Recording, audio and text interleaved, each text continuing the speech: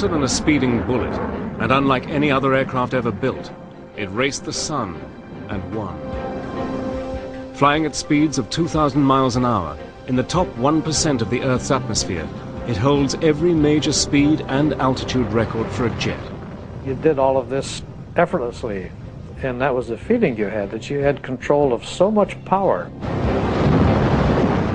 It was the world's first stealth aircraft, flying over enemy territory and photographing 100,000 square miles of the Earth's surface in an hour. You were sitting at the very front of that 107-foot-long spear penetrating enemy airspace. You were truly the tip of the sword. If anything went wrong, we would be on the 6 o'clock news. Once shrouded in secrecy, Battle Stations now reveals, using archive film and color reenactments, the covert world of the SR-71 Blackbird.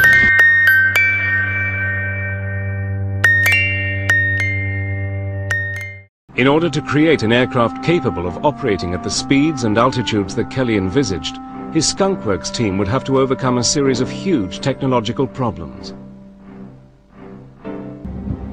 It was clear that a traditional aluminium airframe would not withstand these extreme conditions. You could not fly an airplane past 2.6 Mach. And you just barely make it then with aluminum, because the airplane had just turned to jelly. The decision was made to build the airframe from titanium. Titanium was both light enough to reach altitudes in excess of 80,000 feet and strong enough to withstand the enormous temperatures generated by Mach 3 flight. No one had ever built an airplane out of titanium. So he had to begin from scratch. We didn't even have tools that you could use to develop titanium and to bend it and to shape it and to make an airplane. So we had to start by designing tools. It was a gigantic undertaking. Creating an aircraft able to cruise at Mach 3 was difficult enough, but the Skunk Works also had to face the challenge of combining this level of performance with the new science of stealth. To avoid features that would create strong radar reflections, the plane had taken on a revolutionary shape.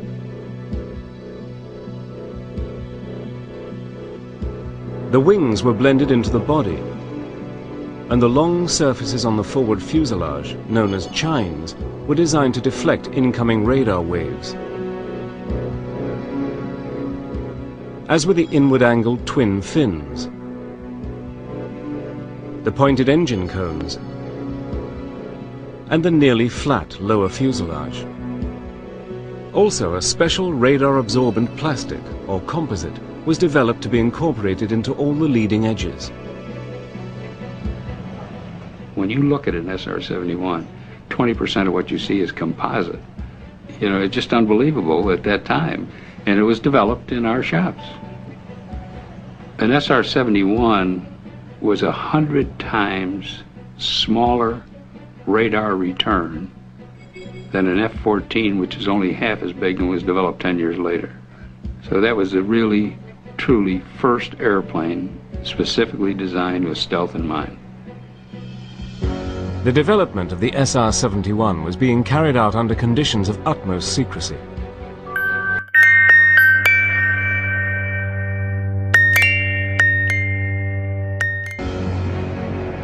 On the 22nd of December 1964, the SR-71 was rolled out onto the flight line at Lockheed's Burbank plant.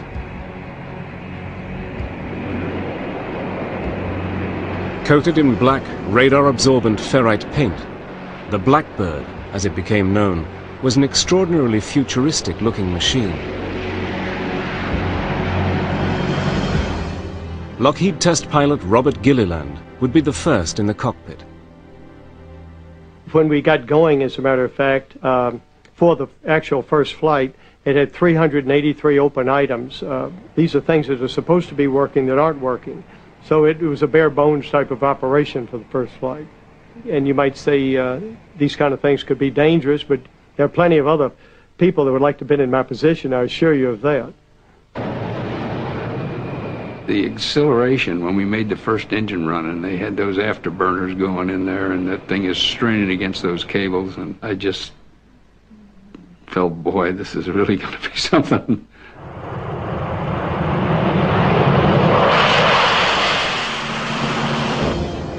The flight lasted just over 1 hour, reaching top speeds of over 1,000 miles an hour.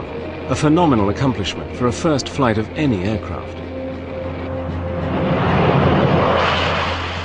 Kelly Johnson was there and some of his guests were there, and I don't remember who all else was there, but the whole kit and caboodle were very happy, including me. It seemed that Kelly had created his ultimate spy plane. But would it be able to evade radar and fly high enough and fast enough to escape the Soviet fighters and missiles? In 1966, the first SR-71 spy plane was delivered to Beale Air Force Base in California.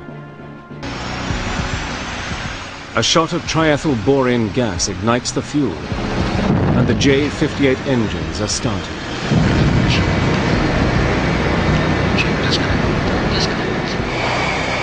Where it really got impressive is when it starts taxiing out of the hangar. And it's 110 feet long, and so this thing keeps coming out, keeps coming out, keeps coming out, and all of a sudden you realize that's an awesome looking airplane as it gradually comes out of the hangar. So here we were looking at an airplane that was going to be going 2,000 miles an hour, and its design was so futuristic. It was like no other airplane that had ever been designed, because it was going to fly in an environment that no other airplane had ever been in. Tower Aspen 30 is #1 for takeoff. I'll never forget how it feels to light those afterburners and feel one light before the other one does, and it jerks you pretty hard. Max thrust. And it accelerates rather rapidly. In just a matter of seconds, you're hitting 180 knots indicated airspeed, lifting off at 210, making sure you get the gear retracted before it overspeeds at 300 knots. And you keep pulling that nose up to try to achieve the 400 knot climb out. And in less than 2 minutes from brake release, you're pulling it out of afterburner and you're level at 24,000 feet. It's quite a ride.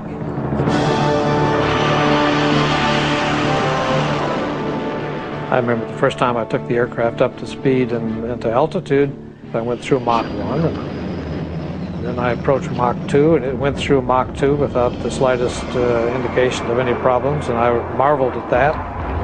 And then it rolled right on through Mach 3.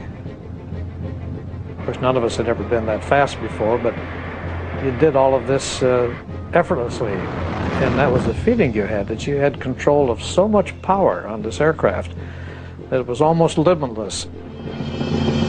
As the SR-71 accelerates through Mach 3, the triple sonic boom is followed by a blast of heat radiating from its black skin that reaches temperatures of 1,100 degrees. It truly flew through the air like a hot knife through butter. It really did. So it was pointy on every end, but it had elegance. But it was an elegance that was designed for performance.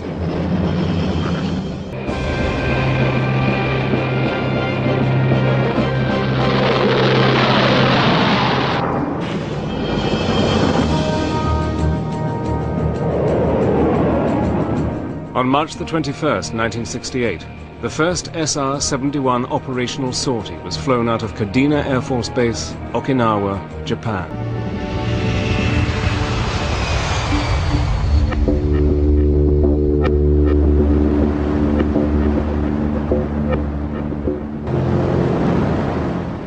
Approaching the target area, the RSO concentrates on operating the high-tech surveillance equipment. The 6 different cameras were able to photograph 100,000 square miles in an hour, producing images with such high resolution that a vehicle's number plate could be clearly identified. The Blackbird crews were successfully infiltrating enemy territory and gathering a mass of intelligence about their adversaries. But with the Iron Curtain still firmly in place and Soviet technology constantly improving, how long would the SR-71 remain flying safely in such dangerous areas? It would soon face the ultimate test.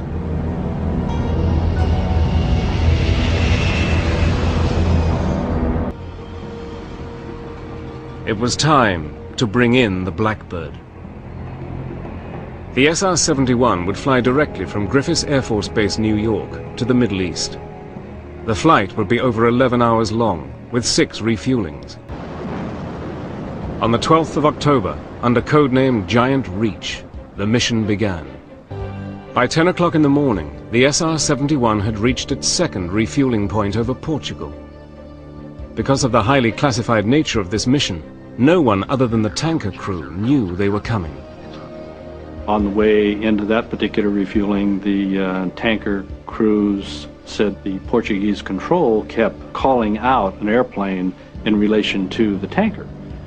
And the tanker says, you know, we don't see anybody. Of course, they knew it was us, but I'm sure that they could tell on their scope something was happening because the two blips merged for a while, for 20 minutes, and then this one accelerates on. Jim Shelton approached the Egyptian coastline. The Egyptians were well equipped, with their Soviet allies constantly replenishing their supplies. Russia was developing the SA-5, which was a missile that would go up, well above your altitude, and come back down at you. And yes, that was a concern. You had the radar receiver in the back cockpit. Gary could tell me that, yes, now we're being tracked by some SAM missile. We need to do something. So at that particular point, we would jam, we would speed up. By the time the Egyptian missiles were ready to fire, the SR-71 had already cleared their airspace and was speeding towards Israel. But the heavily armed Israelis also had no knowledge of this covert Blackbird operation and immediately went on full alert. When we rolled in on the first pass over Israel, my defensive system just lighted up like a pinball machine. And I indicated to my pilot, I got all these indications back here. I said, just, you know, maybe keep your eyes open because it seems like somebody's shooting at us. Despite launching a barrage of missiles, the Israelis did not manage to shoot their presumed enemy out of the sky. The Blackbird headed back to the United States. No one knew the airplane could fly that far and perform a mission like that and come back and hand the intelligence people the product.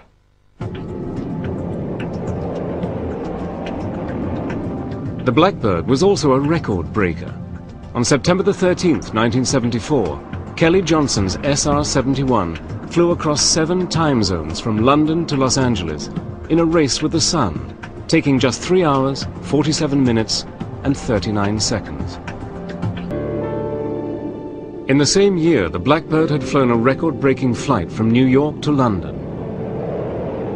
52 years earlier, Charles Lindbergh had flown approximately the same distance in 33 hours.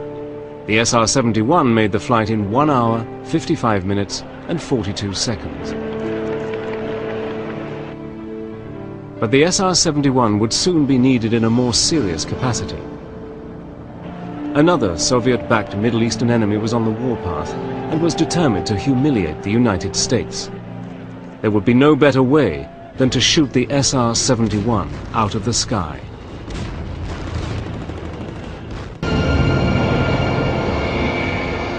At RAF Mildenhall in England, SR-71 pilot Brian Schull knew that they were on course for retaliation.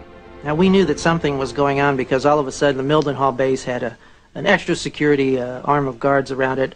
Our BOQ living quarters had armed guards at the doors. The next thing you knew, every tanker in the Air Force practically was landing at Mildenhall. There were new airplanes on the ramp that you hadn't seen before, and it was no secret to every Brit aircraft spotter out there that there was something going on. The British government gave permission for the United States to fly the missions from their bases in England. At 9:30 a.m. on the 14th of April, the SR-71 crew members were ordered to a top-secret briefing.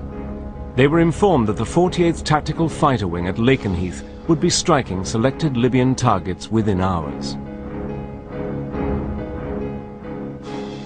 When we heard the words, you know, this morning at 2 a.m. the F-111s are launching, we were a little surprised that, well, this is for real, it's happening.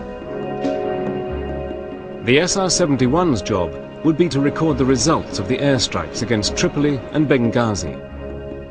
That night, the F-111s began their mission. So when we're trying to sleep, in the middle of the night, you're awakened by the roar of F-111s taking off. Listening to that, it was quite serious at that time because we knew maybe some of those people wouldn't come back.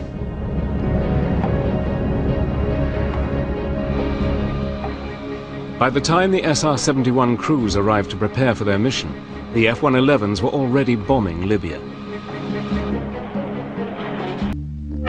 The 111s had a number of targets to take out missile defenses, sites and things, but also all the terrorist training camps, and to really hit Gaddafi's headquarters, basically, to really show him that we're going to come right into his backyard. Our job was to come and assess everything that was done, gather pictures and target data for maybe succeeding strikes. Flying in directly after a bombing raid, the crews could expect Libya's sophisticated air defense network to be on full alert and eager to retaliate.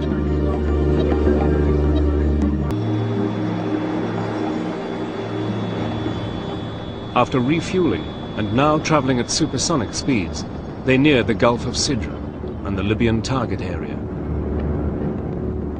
We're doing over 2,000 miles an hour at this point, and we were like a speeding bullet except faster. And we had crossed the line of death with impunity. But the Libyans, equipped with the latest Soviet long-range high-altitude missiles, posed the greatest threat yet to the Blackbird. It was at that time that Walter started picking up some missile signals. He got 2 indications and then actually got a launch indication. And we had a big decision to make where we were running into the target area before we made the turn. Do we continue to that point where Gaddafi's headquarters were, or do we make a turn away now to save ourselves from the missiles? And our decision was to push the throttles forward. And we thought in 14 seconds we can beat that missile to that point and then make the turn.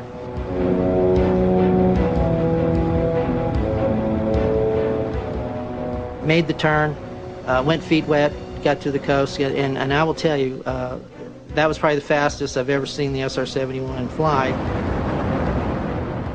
They'd outrun the missile, gathered the photographic intelligence, and were now heading away from the danger zone. Walt said, "Okay, you can pull it back now." My hand was still locked in the forward position there. We were seeing Mach numbers that were a little scary, that we had not seen before, and the jet did it effortlessly. The intelligence photos that were brought back clearly showed that the bombing mission had been a success.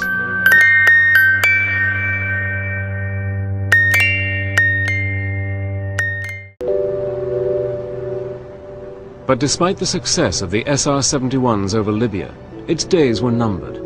At the end of the 1980s, it was decided that the cost of operating the SR-71 was no longer sustainable. The Blackbird program was terminated. From now on, all American surveillance would be carried out by satellites. On December the 20th, 1989, the SR-71 made a final pass down the runway at Lockheed's Burbank plant in honor of all those who worked on this exceptional plane. Kelly Johnson was there to pay an emotional farewell to his favorite creation. Impressive to the last, the Blackbird set 4 international speed records while being delivered to the Smithsonian National Air and Space Museum. The SR-71 Blackbird served 6 different presidents and saw action on hot and cold war fronts alike. And despite being shot at over 4,000 times, no aircraft was ever lost to enemy fire. It is the only operational airplane in the history of the American Air Force in which no Air Force crew members were ever killed. That's a record that no other airplane has. And when you consider the environment in which it flew, the speed, the altitude, the temperatures, that's a real credit to Kelly Johnson.